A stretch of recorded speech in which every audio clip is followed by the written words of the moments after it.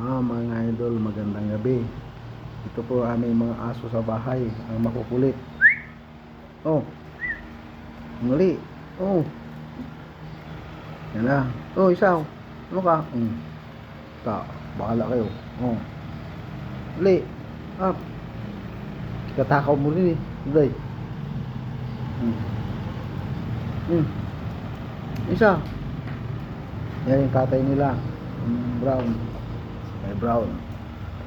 Ito yung tatlong puti, yung kailang mga anak. Oh, kamay ko ha.